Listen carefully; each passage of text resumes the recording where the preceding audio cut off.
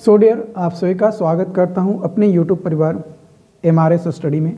तो डियर, यहाँ पे हमारे कुछ स्टूडेंट थे, व्यूअर्स थे, जिन्होंने जो है क्वेश्चंस पूछा कि सर जो थर्मोडायनेमिक्स है इस पे भी एक छोटा सा वीडियोस बना दीजिए या जो कुछ क्वेश्चंस, ताकि उसको अगर पढ़ें तो हो सके कि एग्ज़ाम में आए। कोई ज़रूरी नहीं है डियर कि जो क्वेश्चंस मैं बता रहा हूँ वही क्वेश्चंस आ जाए एग्ज़ाम में, बट संभावनाएं हो सकती है कि आएगी ही। ठीक है, तो पहले सिलेबस इसमें बात कर लेते हैं, क्योंकि इसका सिलेबस कई सारे लोग हो सकता है कि नहीं डिस्कस किए होंगे, क्योंकि ये जो टॉपिक है ये आपका मैकेनिकल इंजीनियरिंग से रिलेटेड है और अपन लोग क्या हैं, सिविल इंजीनियर हैं, तो उतना कोई ख़ास इससे रिलेट नहीं करते। हाँ, जो मैकेनिकल इंजीनियरिंग के स्टूडेंट्स हैं उन लोगों को इसके बारे में तो डिटेल में जानना बहुत ज़रूरी है। सिविल वालों को भी जानना है, बट उतना ज़्यादा जानने की ज़रूरत नहीं है। बस एग्ज़ाम पास करना है और जो थर्मोडायनामिक का बेसिक कॉन्सेप्ट है ये थोड़ी बहुत यूजेज जो है आपको कम्पिटिटिव एग्जामिनेशंस में देखने को मिलता है। तो सबसे पहले सिलेबस की बात किया जाए तो देखो यहाँ पे सिलेबस आपका क्या है। तो सिलेबस है आपका basic concepts, first law, second law, properties of pure substance, power cycle, ideal and real gas and thermodynamic relations, psychometric and psychometric charts, ये आपके जो है सिलेबस है। उसके अंदर अगर आप बात किया जाए तो कई सारे बेसिक पॉइंट्स आपको जो है पढ़ने को मिलेगा। जैसे अगर बेसिक पॉइंट्स में बात किया जाए तो ओपन, क्लोज, आइसोलेटेड सिस्टम क्या होता है, ठीक है, कितने तरीके के आपका थर्मोडायनेमिक्स के लॉ हैं, राइट, उसके बारे में, आइडियल गैस क्या है ना, उसका मतलब बस कॉन्सेप्ट आपको बेसिक का मतलब उसके बारे में बस सिर्फ आपको क्या करना है, इंट्रो लेना है, मतलब उसके बारे में सिर्फ और सिर्फ आपको यहाँ पे क्या करना है, जानना है। ओके, उसके बाद फर्स्ट लॉ में बात किया जाए तो फर्स्ट लॉ में आपको इंटरनल एनर्जी के बारे में, इंथैल्पी, एनर्जी को कैसे बैलेंस करेंगे, अगर वो क्लोज सिस्टम में रहेगा तो, ओपन सिस्टम में रहेगा तो कैसे एनर्जी को बैलेंस कर सकते हैं, इंजीनियरिंग में कौन सा डिवाइस लगाएंगे ताकि फ्लो को मेज़र किया जा सकता है, एनर्जी के फ्लो को, किस तरीके का एनर्जी का फ्लो है, स्टेडी फ्लो है, अनस्टेडी फ्लो है, यूनिफॉर्म है, अनयूनिफॉर्म है, इस तरीके की। वही अगर सेकेंड लॉ में बात किया जाए यहाँ पे तो सेकेंड लॉ में आपका आ जाएगा कि एनर्जी को कैसे कंजर्व कर रहे हैं, है ना, हीट को, फिर कैसे डिग्री सेल्सियस से केल्विन में कैसे चेंज कर रहे हैं, कैरनोट साइकिल, कैरनोट थ्योरम्स क्या होते हैं, कैरनोट रेफ्रिजरेटर, हीट पंप, मतलब उससे रिलेटेड जो भी प्रोडक्ट्स वगैरह बनते हैं उसके बारे में थोड़ी बहुत बेसिक आपको जो है जानने हैं। लेकिन डियर देखो, यहाँ पे जो आपका एग्ज़ाम्स हो रहा है फोर्थ सेमेस्टर का, ये आप लोग फर्स्ट बैच होगे जो एग्ज़ाम दोगे। तो मैं एक अपने अंदाज़ा से बता रहा हूँ कि जो क्वेश्चंस आएंगे वो इस तरीके से आएंगे कि जैसे मॉड्यूल, जैसे क्वेश्चंस आप जानते हो कि अगर क्वेश्चंस वन तो कंपलसरी होता है ना, उसके बाद क्वेश्चन नंबर टू का पार्ट ए, मान लो कि अगर आपका फर्स्ट लॉ में दिया है क्वेश्चंस, तो जो पार्ट बी होगा वो हो सकता है कि बेसिक कॉन्सेप्ट मतलब उसके बाद रिमेनिंग कोई भी एक टॉपिक बचेगा उसमें से देगा। मतलब इस तरीके से मैंने, क्योंकि 6 सेमेस्टर का जो पेपर हुआ था वो मैंने एनालाइज किया था, तो उसमें मुझे पता यही चला है कि इस तरीके का दिया जा रहा है। मतलब अब सिर्फ पहले क्या होता था कि आप कोई 4 मॉड्यूल पढ़ लिए, 7 मॉड्यूल है या 5 मॉड्यूल है तो पढ़ लिए तो आप बहुत अच्छा कर लेते थे, लेकिन अब जो है पास हो जाओगे एग्ज़ाम लेकिन बहुत अच्छा नहीं कर पाओगे। इसलिए सारे टॉपिक्स को भी फोकस करना है, लेकिन ज़्यादातर फोकस करना है आपको न्यूमेरिकल पार्ट को। न्यूमेरिकल आपका इसमें आएगा, ठीक है, न्यूमेरिकल इसमें आएगा। जैसे फर्स्ट लॉ पे न्यूमेरिकल आएगा, सेकेंड लॉ पे न्यूमेरिकल आएगा। देखो अब प्रॉपर्टीज़ है, प्रॉपर्टीज ऑफ प्योर सब्सटेंस, तो इसमें न्यूमेरिकल नहीं आएंगे, इसमें जब भी क्वेश्चंस आएंगे तो थ्योरी टाइप आएगा। बेसिक कॉन्सेप्ट से भी अगर क्वेश्चंस आएगा तो ये थ्योरी टाइप आएगा। वही अगर पावर साइकिल में बात किया जाए तो न्यूमेरिकल आएगा। इसका डायनेमिक रिलेशंस वाला में है ना, रियल गैस और आइडियल गैस का, तो इसमें भी जो है न्यूमेरिकल आएंगे। ये जो साइकोमेट्रिक या साइकोमेट्रिक चार्ट्स है, इसमें भी आपको न्यूमेरिकल देखने को मिलेगा। ठीक है, तो चलिए कुछ क्वेश्चंस मैं यहाँ पे लेकर आया हूँ और कुछ न्यूमेरिकल क्वेश्चंस भी आपको मैं नोट करवाऊंगा, जो कि प्रीवियस ईयर पेपर का क्वेश्चंस आपका यहाँ पे जो है होगा, या मैं डायरेक्टली प्रीवियस ईयर पेपर भी आपको जो है दिखा दूंगा कि इस तरीके का क्वेश्चन जो है आपको थर्मोडायनेमिक्स में ऑलरेडी जो है आपका पूछा गया है। ठीक है, तो क्वेश्चंस क्या है यहाँ पे जो मैं दिया हूँ कि थर्मोडायनेमिक्स क्या है उसके बारे में बताना। अब थर्मोडायनेमिक्स के बारे में आपको डिटेल जितना ज़्यादा से ज़्यादा आपको पता हो वो सारी चीज़ें थर्मोडायनेमिक्स के बारे में लिख लेना, या अगर नोट कॉपी है तो उसको हाईलाइट कर लेना कि भाई थर्मोडायनेमिक्स के बारे में वह A to Z हमें जो है यहाँ पे पढ़ना है, मतलब बेसिक पढ़ना है सिर्फ थर्मोडायनेमिक्स के बारे में। ठीक है, उसके बाद थर्मोडायनेमिक जो सिस्टम्स होता है जैसे ओपन, क्लोज और आइसोलेटेड सिस्टम होता है, तो उसके बारे में एक्सप्लेन करना कि क्या होता है और उसका प्रॉपर्टीज क्या है वो।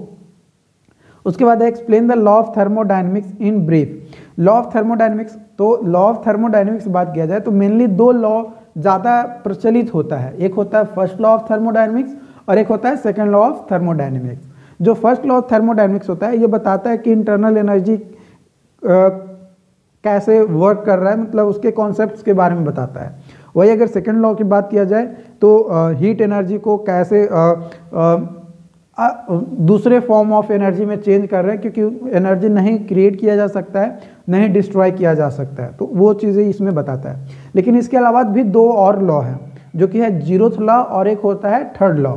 जीरोथ लॉ में क्या होता है, ये आपका जो थर्मल इक्विलिब्रियम होता है ना, उसके बारे में बताता है। थर्मल इक्विलिब्रियम में क्या होता है कि जो टेम्परेचर एंड प्रेशर होता है किसी भी पॉइंट पे एक सिस्टम के अंदर, है ना, एक सिस्टम के अंदर वो सेम होगा, वो क्या होगा, सेम होगा।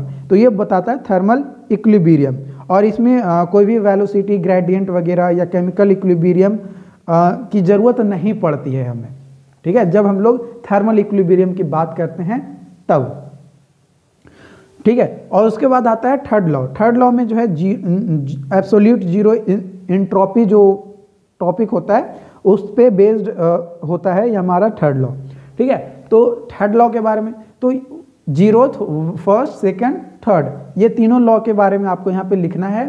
उसका जो है तीनों लॉ का आप क्या करो, लिमिटेशंस भी जरूर नोट डाउन कर लो। उसके बाद है अगला क्वेश्चंस कि write down the limitation of thermodynamics. Thermodynamics का क्या लिमिटेशंस है, या थर्मोडायनेमिक्स के फर्स्ट लॉ का क्या लिमिटेशंस है, सेकंड लॉ का क्या लिमिटेशंस है, तो उस लिमिटेशंस को भी जो है यहाँ पे आप क्या कर लो, लिख लो, जो कि मैंने अगला क्वेश्चंस में यहाँ पे कवर किया है। उसके बाद explain triple point with net diagram. Triple point क्या होता है उसका एक प्रॉपर डायग्राम के साथ आप जो है बनाओ, और कोशिश करना एग्जाम में कि जो डायग्राम बनाओ वो पेंसिल से बनाने की कोशिश करो। डायग्राम पेंसिल से बनाओ, और जो डायग्राम में जो पॉइंट्स होते हैं जैसे कि मान लो कि ये पॉइंट्स जो है आपको इंडिकेट करता है पावर साइकिल को, है ना, तो वो जो है आप पेन से लिखो, है ना। डायग्राम पेंसिल से बनाओ, लेकिन उसका जो इंडिकेशन करना है कि कौन सा पॉइंट कहाँ पे क्या है, क्या वर्क करता है, यहाँ इस पॉइंट पे क्या नाम है उसको, तो उसको जो है पेन से लिखो, और कोशिश करना है कि ब्लैक पेन से लिखने की, ताकि वो थोड़ा अच्छा लगता है।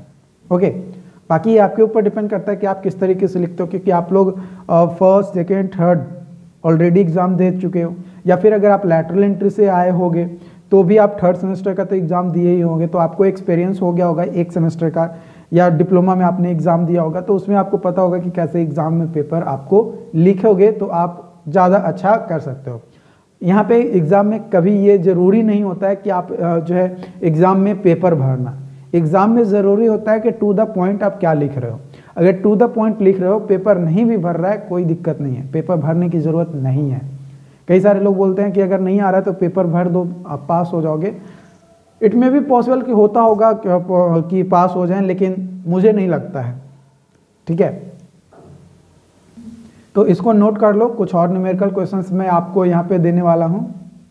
यहाँ पे जैसा कि मैं आपको क्वेश्चंस करवा रहा था, तो यहाँ पे 2020 का जो थर्मोडायनेमिक्स पेपर लिया गया था AKU के द्वारा, यानी आर्वर्ड नॉलेज यूनिवर्सिटी के द्वारा। ठीक है, तो उसका थर्ड सेमेस्टर में जो है मैकेनिकल वालों को जो है लिया गया था 2020 में, तो उन लोगों का पेपर मैं यहाँ पे लेकर आया हूँ। क्योंकि लेटेस्ट पेपर यही आप मेरे पास जो है अवेलेबल हुआ है, ठीक है। बाकी अगर अब आप लोग एग्ज़ाम दोगे तो जो है पता चलेगा कि कैसा क्वेश्चन पूछा जा रहा है, ठीक है। तो ये लेटेस्ट है, तो इसी पैटर्न में आपके एग्ज़ाम में जो है क्वेश्चन पूछेगा। तो यहाँ पे पहला क्वेश्चन जो कि कंपलसरी होता है, जो कि ऑब्जेक्टिव टाइप आपका यहाँ पे पूछेगा। उसके बाद दूसरा क्वेश्चन देखो, आप यहाँ पे जो है देखोगे तो दूसरा क्वेश्चन एक थ्योरी का, जो कि मैंने ये क्वेश्चंस आपको आज का जो वीडियोस मैंने अभी जो बताया उसमें मैंने ये क्वेश्चंस आपको दिया था कि भाई डिफाइन करो थर्मोडायनेमिक सिस्टम को, और ओपन सिस्टम, क्लोज सिस्टम और आइसोलेटेड सिस्टम। तो इसको एग्जाम्पल के साथ डिफ्रेंशिएट भी करना है, तब जाकर 7 नंबर आपको मिलेगा। इसी में जो है आपको क्या एक क्वेश्चन थ्योरी हो गया, दूसरा क्वेश्चन जो है आपको न्यूमेरिकल दे देगा। न्यूमेरिकल देखो, 1 kg of fluid is compressed reversibly according to a law PV is equal to 0.25 where P is in bar, यानी प्रेशर जो है बार में है, एंड V यानी वेलोसिटी जो है मीटर क्यूब पर kg है। The final volume is 1/4 of the initial volume. Calculate the work done in the fluid and stretch the process of the PV diagram, है ना। प्रेशर एंड वॉल्यूम का जो diagram होता है वो भी जो है आपको यहाँ पे क्या करना है, ड्रॉ करना है, तब जाकर आपको 7 नंबर मिलेगा। तो आपको जो है देखोगे क्वेश्चंस, ये पेपर 2020 से लेकर 2015 तक जितने भी क्वेश्चन पूछे गए हैं थर्मोडायनेमिक्स से, यानी मैकेनिकल इंजीनियरिंग से, वो सारी क्वेश्चंस का लिस्ट मतलब PDF एक ही PDF में आपको जो है मिल जाएगा। ये लिंक मैं डिस्क्रिप्शन बॉक्स में आपको दे दूंगा, वहाँ से जो है आप इसे डाउनलोड कर पाओगे, एकदम फ्री में डाउनलोड कर सकते हो, कोई दिक्कत नहीं है। बस वो लिंक आपको दिया गया है, उसके थ्रू आप जो है डाउनलोड कर सकते हो, ठीक है। और भी कई सारे नोट्स आपको मिल जाएंगे, जो कि आप वहाँ से अपने इंपॉर्टेंट नोट्स देख सकते हो। तो ये पूरा क्वेश्चन देख सकते हो। न्यूमेरिकल मतलब कोशिश आप करना कि ज़्यादा से ज़्यादा न्यूमेरिकल कवर करने का, जो भी मॉड्यूल है, जो भी टॉपिक तुम पढ़े हो उस टॉपिक से रिलेटेड जितना ज़्यादा से ज़्यादा न्यूमेरिकल प्रैक्टिस कर सको 2-3 दिनों में, वो कर लो, ज़्यादा बेटर आपके लिए होगा। ओके, बाकी और कोई डाउट्स होगा तो आप हमें बताना। फिर देखो यहाँ पे क्या है, एक क्वेश्चन पूछा गया है कि differentiate ideal gas and real gas. Ideal gas और रियल गैस के बीच में जो है क्या करना है, डिफ्रेंशिएट करना है कि क्या होता है, और उसका जो इक्वेशन ऑफ स्टेट होता है वो भी आपको करना है। ये 4 नंबर का आपका जो है यहाँ पे पूछा गया था। उसके बाद यहाँ पे एक और थ्योरी पूछा गया था, जो कि यहाँ पे है explain the concept of available and unavailable energy. When does system become dead, system कब डेड हो जाता है, कैसे एनर्जी अवेलेबल होता है, कितना एनर्जी अनअवेलेबल है वो। उसके बाद यहाँ पे न्यूमेरिकल भी उसी टॉपिक से रिलेटेड है। तो कई बार क्या होगा कि जिस टॉपिक से आपका थ्योरी दिया गया है उसी मॉड्यूल से आपको न्यूमेरिकल भी देखने को मिलेगा। लेकिन कई बार ऐसा भी देखने को मिलता है कि थ्योरी जो है किसी और मॉड्यूल का है, लेकिन न्यूमेरिकल किसी और मॉड्यूल का आपको देखने को मिलेगा। कई बार इस तरीके का होगा, लेकिन मैक्सिमम टाइम में यही देखने को मिलता है थ्योरी पे। फिर देखो एक और थ्योरी यहाँ पे है कि भाई आपको सेकेंड लॉ ऑफ थर्मोडायनेमिक्स में कुछ टर्म्स हैं, है ना, स्टेटमेंट्स हैं, जैसे Clausius statements, Kelvin Planck statement, है ना, उसके बारे में जो है आपको डिफाइन करना है। 2-2 नंबर का है तो 2-2 नंबर का है तो कितना 3 से 4 लाइन 5 लाइन लिख दोगे, आपको 2 नंबर आराम से मिल जाएगा, ठीक है। मतलब 2 नंबर है, 2 पॉइंट लिख दोगे हो जाएगा। ओके, उसके बाद यहाँ पे एक और क्वेश्चन है, what do you mean by Cassius in equity. Cassius equity क्या है, explain the practical example. Practical example भी जो है उसको क्या करना है, एक्सप्लेन आपको करना है। तो इस तरीके से जो है आप यहाँ पे देखोगे तो मतलब न्यूमेरिकल थ्योरी दोनों आएगा, लेकिन ज़्यादा से ज़्यादा क्या आएगा, न्यूमेरिकल आएगा। तो कोशिश करना न्यूमेरिकल को फोकस करने का, चाहे फर्स्ट लॉ हो, सेकंड लॉ हो, 0th लॉ हो, 3rd लॉ हो, जो भी लॉ हो, सारा पे न्यूमेरिकल प्रैक्टिस ज़्यादा से ज़्यादा करने की कोशिश करना। और ये पेपर आपको लिंक डिस्क्रिप्शन बॉक्स में मिल जाएगा, वहाँ से आप इसे क्या कर सकते हो, डाउनलोड कर सकते हो। Okay, thank you.